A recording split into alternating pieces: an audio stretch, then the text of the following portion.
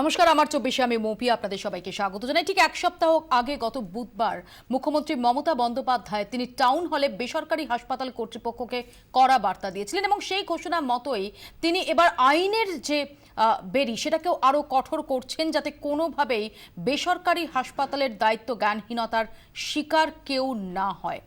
এবং সেই মর্মে যে সংশোধনী সেটা আনা হচ্ছে, সংশোধিত বিল পেশ করা হবে বিধানসভার অধিবেশনে।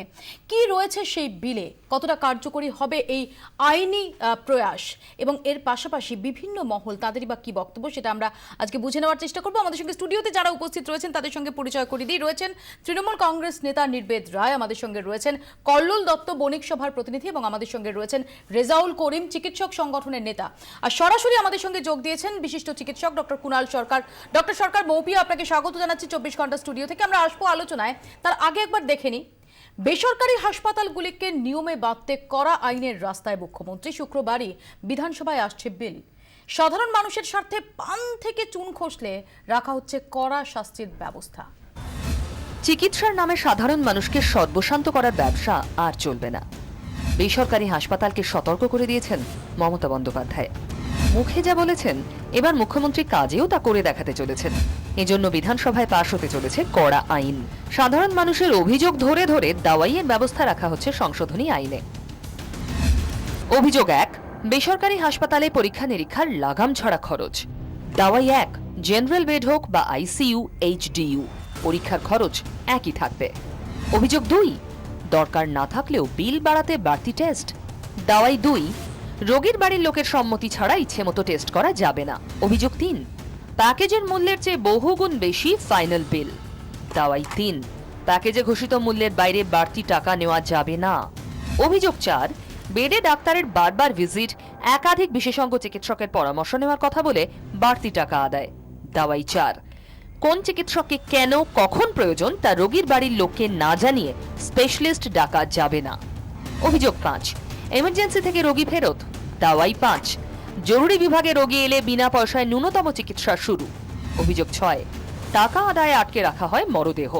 দাওয়াই 6, টাকা না পেলেও দেহ আটকে রাখা বা রোগীকে অন্যত্র নিয়ে যাওয়ায় বাধা দেওয়া যাবে না। অভিযোগ 7, বেসরকারি হাসপাতালে চিকিৎসার গাফিলতি। দাওয়াই 7, চিকিৎসার গাফিলতিতে মৃতের পরিবারের ক্ষতিপূরণ সর্বাধিক 5 লক্ষ টাকা থেকে বাড়িয়ে 2 কোটি টাকার সংস্থান। চিকিৎসার গাফিলতিতে গুরুতর ক্ষতিগ্রস্ত হলে ক্ষতিপূরণ সর্বাধিক 3 লক্ষ টাকা থেকে বাড়িয়ে 1 কোটি টাকার সংস্থান। অভিযোগ 8, লাইসেন্সের শর্ত না মেনে বেসরকারি হাসপাতালের রমরমা ব্যবসা। দাওয়াই 8, লাইসেন্সের শর্ত না মানলে 50 লক্ষ টাকা পর্যন্ত জরিমানা। লাইসেন্স বাতিলে সরকারের হাতে বাড়তি ক্ষমতা। বেসরকারি হাসপাতালগুলোর উপর নজরদারি বাড়াতে কমিশন গঠনেও আসছে বিল। তৈরি হচ্ছে West Bengal health regulatory commission. কমিশনের মাথায় থাকবেন হাইকোর্টের অবসরপ্রাপ্ত বিচারপতি। কমিশনকে দেওয়ানি আদালতের সমতুল্য কিছু ক্ষমতা দেওয়া হবে। বেসরকারি হাসপাতালগুলোকে নিয়মে বাঁধতে 3রা মার্চ বিধানসভায় সংশোধিত ক্লিনিক্যাল এস্টাবলিশমেন্ট বিল পেশ হওয়ার কথা। ব্যুরো রিপোর্ট, 24 ঘন্টা। আমি প্রথমে ডক্টর সরকারের কাছে যাব। ডক্টর সরকার, যে পয়েন্টগুলো ইতিমধ্যেই আমরা জানতে পেরেছি, আপনার কি মত? এতে কোথাও কি যে সমস্ত বেনিয়মের অভিযোগ উঠছে সেগুলোকে নিয়ন্ত্রণে আনা যাবে?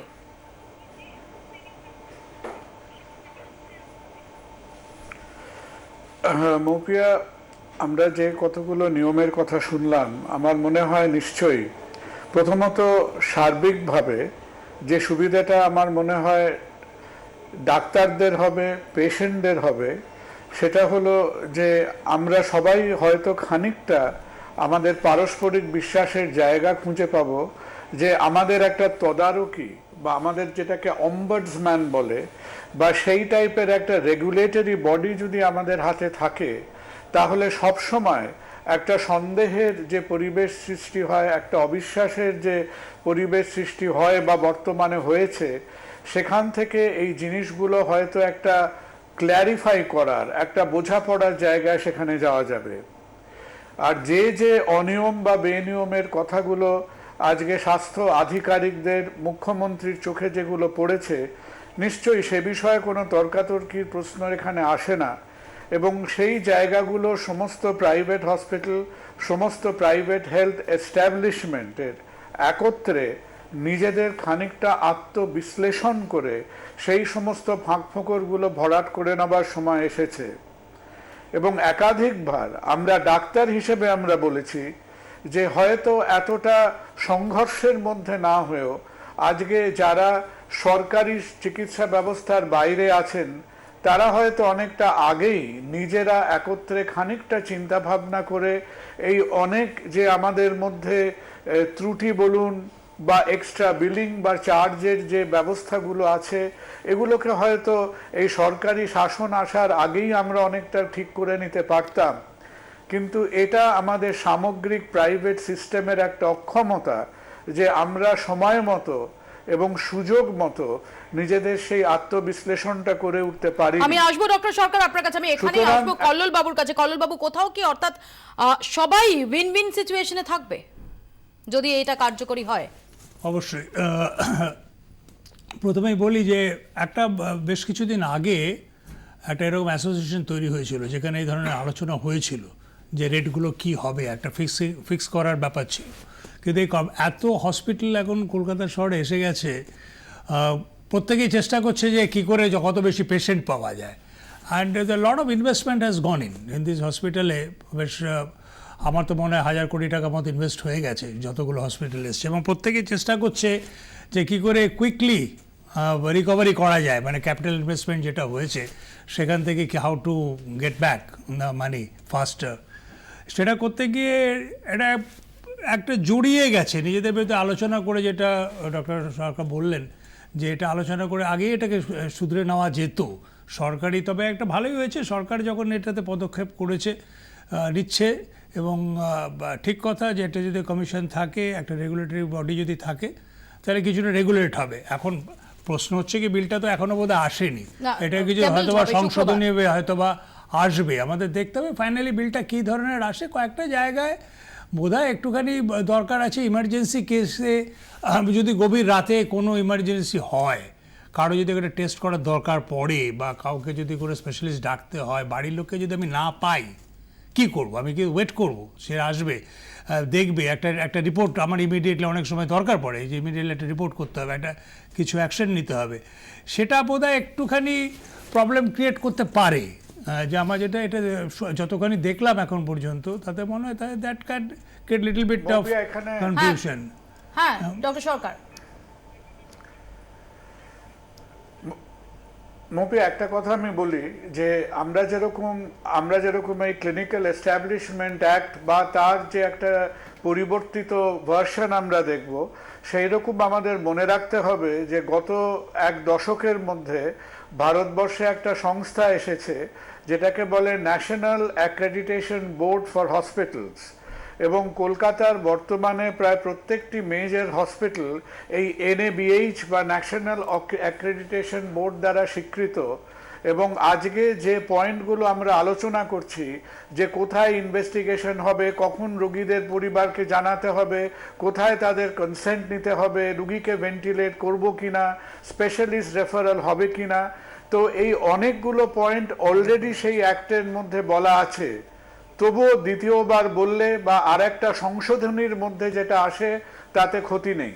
আমি আসবো ডক্টর সরকার, এবং আমি আপনার কাছে এবং রেজাউল করিম রয়েছেন আমাদের সঙ্গে, তাদের কাছে এর কোথাও যেটা কিছুক্ষণ আগে একটা সংশয় প্রকাশ করলেন যে কোনো পয়েন্টে বাস্তবে কিছু সমস্যা দেখা দিতে পারে কিনা, সে প্রসঙ্গে আসবো। তার আগে নির্বেদ বাবুর কাছে আসি যে সত্যি কি এই পদক্ষেপগুলো নিয়ে বেসরকারি হাসপাতালের বেনিয়ম তাতে লাগাম পরানো যাবে? কতটা বাস্তবগ্রাহ্য যাবে? এই জন্যে তার কারণ হচ্ছে যে এগুলো ঠিক বেনিয়ম নয়। এগুলো প্রাইভেট হসপিটালগুলোর অ্যানুয়াল রিপোর্টগুলো যদি স্টাডি করা যায় তাহলে দেখা যাবে যে কার্যত, এবং তাদের ডিফেন্সগুলো স্টাডি করতে গেলে দেখা যাবে যে তারা ডিফেন্সটা এই রকমও দেন যে আমার অত্যন্ত অত্যাধুনিক যন্ত্র এসছে, সেই টাকাটা আমাকে তুলতে হবে 3 বছরের মধ্যে, অতএব রোগীর উপর সেই টাকাটা চাপিয়ে দিতে হবে। যেটা মুখ্যমন্ত্রীর সঙ্গে বৈঠকেও কেউ এই পয়েন্টটা একদম নির্দিষ্টভাবে রেজ করেছেন যে এই যে ব্যাপারটা, মেশিন আনতে হয়েছে, এটা আসলে বেনিয়ম নয়। আপনি সেবার দায়িত্বটা আমেরিকান প্রাইভেট হসপিটালসগুলোতেও কুণালবাবু বলছিলেন, উনিও জানেন, সবাই এখানে উপস্থিত যারা জানেন, এটা কিন্তু স্পেসিফিক নিয়ম যে এমার্জেন্সি কেস নিয়ে যদি কোনো রোগী এসে কোনো প্রাইভেট হসপিটালে পৌঁছায়, অন্য সব কিছু যদি তারা নাও রাখে, কিন্তু এমার্জেন্সি সিচুয়েশন থেকে ট্রান্সফারেবল অবস্থায় তাকে নিয়ে যাওয়ার দায়িত্ব সম্পূর্ণ বিনা পয়সায় তাদের উপর বর্তায়। এটা আইন। এই ব্যাপারে যদি মানে আপ টু দ্যাট এক্সটেন্ট যে যদি পয়সা দিতে না পারে, তাহলেও এটা মানবিক ব্যাপার। কিন্তু ফাইনালি যদি নার্সিং হোম আর আমার পাড়ার যে লোকটা প্রমোটিং করছে তার কাজ যদি একই হয়, যে করে হোক 1 বছরের মধ্যে বাড়িটা তৈরি করব, তাতে বাড়ির 5 ইঞ্চি গাঁথনি হোক, যা হোক, পরে গিয়ে 10 বছর পরে ভেঙে যাক, কিছু এসে যাবে না। এইভাবে যদি চলে তাহলে কিন্তু এই কাজটা করা যাবে না, এটা খুব পরিষ্কার। এটার চেয়ে এই যে কিছু কিছু মানুষ, আমি নিজে ব্যক্তিগত অভিজ্ঞতা বলি, সোজা কথা, কোনো একটি ব্যাপারে কোনো একটি বিশেষ হাসপাতাল, আমি এখন নাম বলছি না ব্যক্তিগত অভিজ্ঞতা বলে, যদি কেউ খুব মানে হই হই করে বলেন নামটা বলুন তাহলে বলে দেবো। ব্যাপারটা হচ্ছে গিয়ে সেখানে আমার অত্যন্ত ঘনিষ্ঠ এক ভদ্রমহিলা, তিনি হসপিটালাইজ ছিলেন। রাত্রির বেলা 8:30 9টা নাগাদ সে হসপিটাল থেকে একটা ফোন কল এলো এবং তাতে বলা হলো যে 1 লক্ষ টাকা সকাল 10:30টার মধ্যে যদি জমা না দেওয়া হয় তাহলে রোগীর চিকিৎসা করা যাবে না। তো আমি বললাম যে আপনি ফোন করছেন, কি নামপত্র জানলাম, জেনে টেনে আমি বললাম যে আচ্ছা ঠিক আছে, আমি যাচ্ছি কালকে সকালে।